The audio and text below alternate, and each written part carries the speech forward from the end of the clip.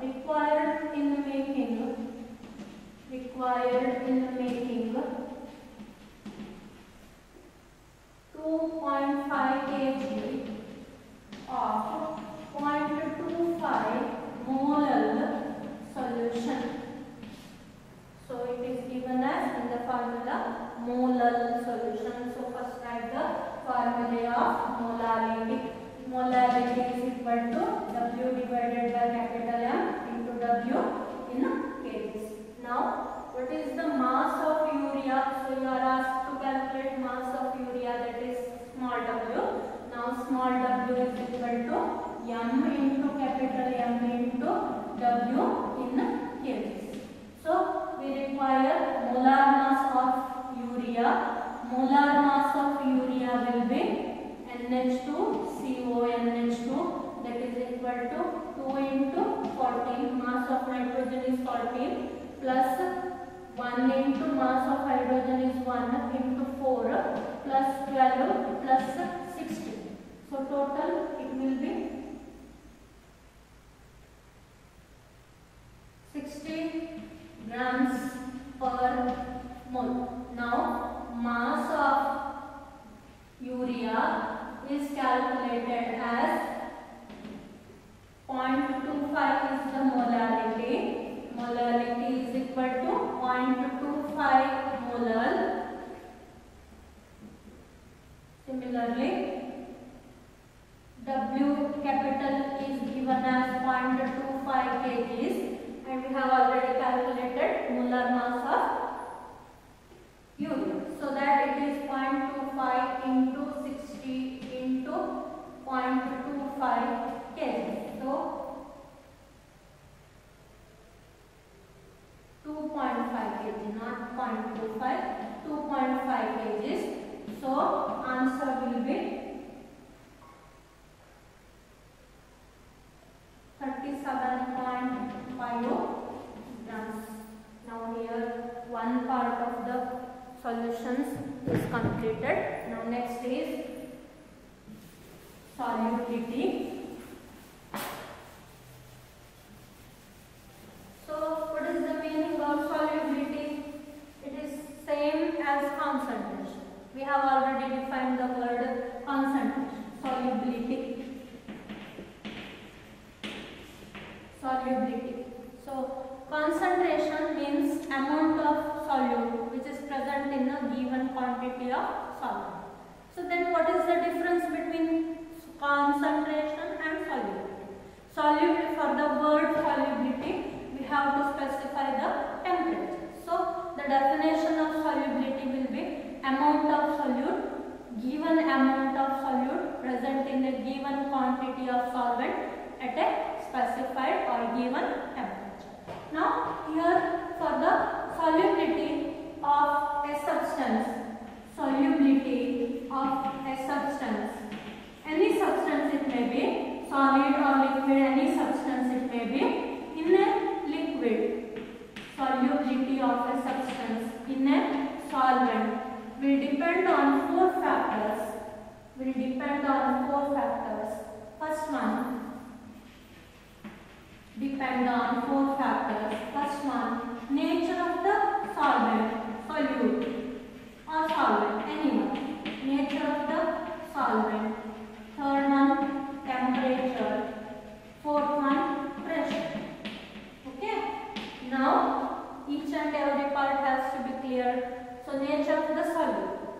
In solutes, again the solute can be divided as polar solute and non-polar solute.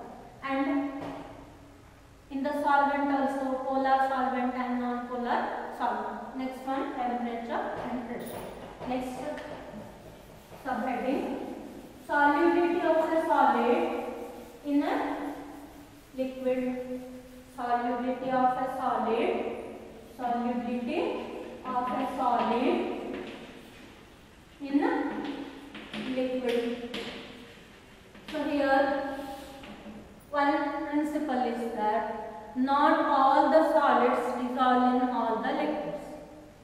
You are with me? So now here what is the meaning of that statement? Not all the solids dissolve in all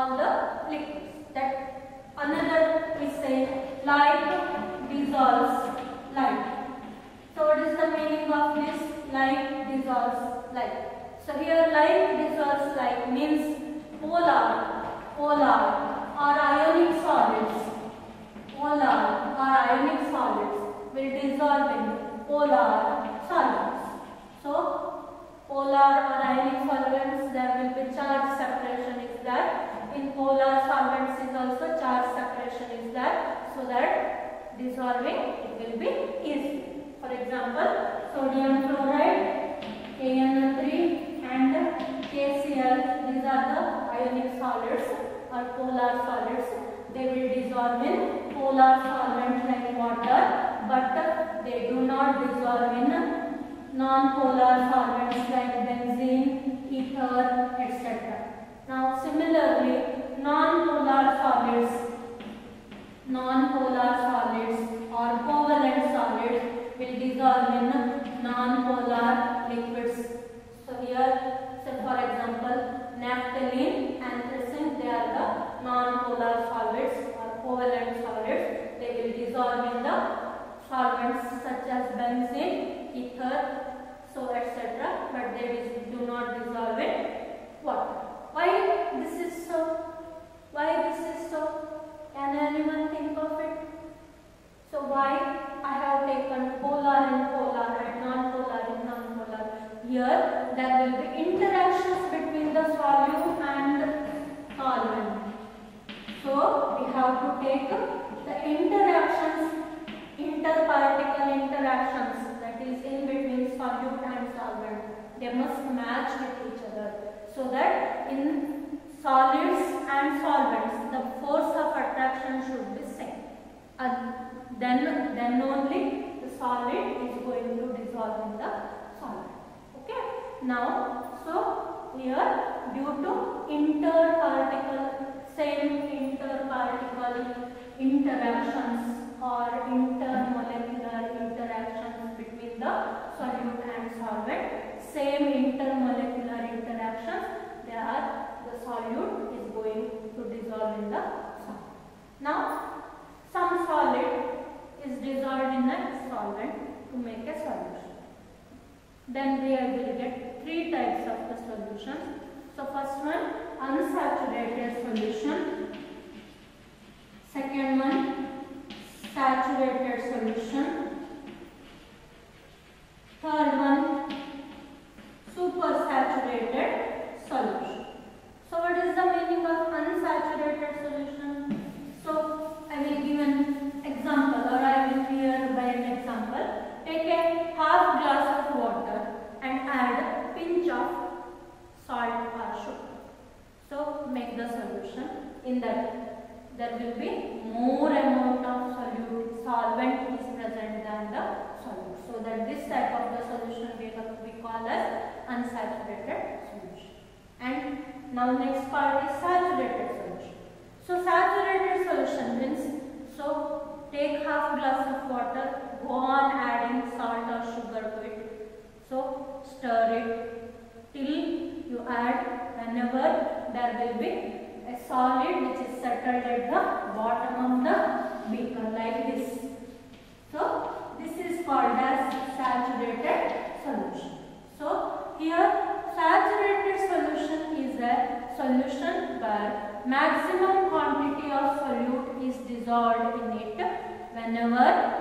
if you add more of quantity of the solute, then it will be not dissolved but will be present at the bottom of the beaker. This type of the solution is resulting called as saturated solution. Now last part, supersaturated solution. Supersaturated solution will contains more quantity of the solute than the solid. Okay, so now leave the unsaturated and supersaturated solution. Take the saturated solution. So here I have drawn a diagram. You can try in the home. So take a glass beaker, add half glass of water, then go on add the sugar till it dissolves, and some more of the solute or sugar dissolves at the bottom. So stir the solution well, then keep it for standing and watch the solution. What happens, I will explain here. So in the saturated solution, okay, there will be two processes are taking place at their own. So first one, solid to solution. That means here solid bottom, or we are dissolving the solute in the solution, so that solid from the bottom is going into the solution by coming or by making it into small particles, and this part solid to solution formula or process we call it as dissolution. Okay. From solid, which is bottom, present at the bottom, slowly particle size will be becoming smaller, so that of the water, and it will go into the solution at liquid. So this process we are calling it as dissolution. At the same time, another process is also taking place in the liquid state. There are some particles which are having concentration high. So high concentration particles will come closer to each other, they will hit each other and collide each other, so come together and aggregate. So liquid, next process, liquid to solid, this process we call as crystallization, and here there will be equilibrium between the two processes, dissolution and crystallization. Crystallization means separation of solid from the solution particles which are having higher concentration. Now there will be dynamic equilibrium set between the saturated solution, where dissolution and crystallization processes are taking place at the same time. So what is the meaning of dissolution? So that number of particles passing from solid to liquid, don't confuse, first process dissolution to solid to liquid, then second process number of particles coming from liquid to solid. So crystallization. Okay. So this is the saturated solution and nature of the saturated solution. Now, so in this saturated solution, nature of the solute and solvent I have already explained. In that nature of the solute, polar solute will dissolve in the polar solvent, and nature of the solvent, polar solvent will dissolve in the polar solvent. Now, next effect of temperature in a solubility of solid in a liquid. Here we have to remember the Le-Chatelain's principle, which was studied in the first equilibrium. What is the Le-Chatelain's principle? So, if any constants such as temperature, pressure, concentration will change or will be applied on a system which is present at equilibrium, then the system is going to shift so as to nullify the effect of constant. This is the Le-Chatelain's principle. Now, for the explanation of effect of temperature, we require the process as dissolution process, because we cannot do the crystallization process first. First, we have to do the dissolution process. If the dissolution process is an endothermic means delta H will be positive or greater than 0. In that heat is absorbed by the system. So that if the process of dissolution is endothermic, that is delta H greater than 0, then with the increase of temperature, solubility of solid also increases. Solubility of the solute increases. Similarly, if the process is exothermic, that is delta H is negative or less than 0, we say the heat is liberated. In that process, temperature increase will decrease the solubility. This is the effect of temperature. Remember, in the endothermic process, increase of temperature will increase the solubility, and in exothermic process, increase of temperature will decrease the solubility.